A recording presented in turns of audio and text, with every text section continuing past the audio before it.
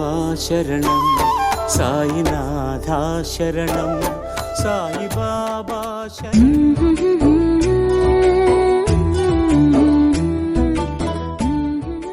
Vaman PRAN Govind Patel. ఇతనికి స్వామి సాయి శరణానంద అనే పేరు కూడా ఉంది. ఇతడు లా 2వ సంవత్సరం పరీక్షలు కాగానే షిరిడీకి వెళ్ళాలని అనుకున్నారు. ప్రతి గురువారం శ్రీ సాయిబాబా చిత్రపటానికి ఒక పండు నైవేద్యంగా పెట్టేవారు. ఒకరోజు సాయిబాబాకి ఆపిల్ పండు నివేదించారు. వామన్ ప్రాణ్ గోవింద్ పటేల్ తన మనస్సులో సాయిబాబా ఆ నివేదన స్వీకరిస్తారా లేదా, దీనికి ప్రమాణం ఏమిటి అన్న ఆలోచన కలిగింది. ఉదయాన్నే దాని మీద ఏదో ఒక చిహ్నం కనిపించాలి అని అనుకొని పడుకున్నాడు.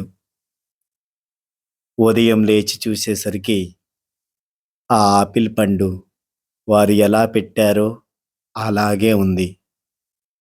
ఆ పండును తన చేతిలోకి తీసుకున్నారు సాయి శరణానంద. చూస్తే ఆ ఆపిల్ పండు క్రింది భాగంలో కొరికినట్లు గుర్తులు కనిపించాయి.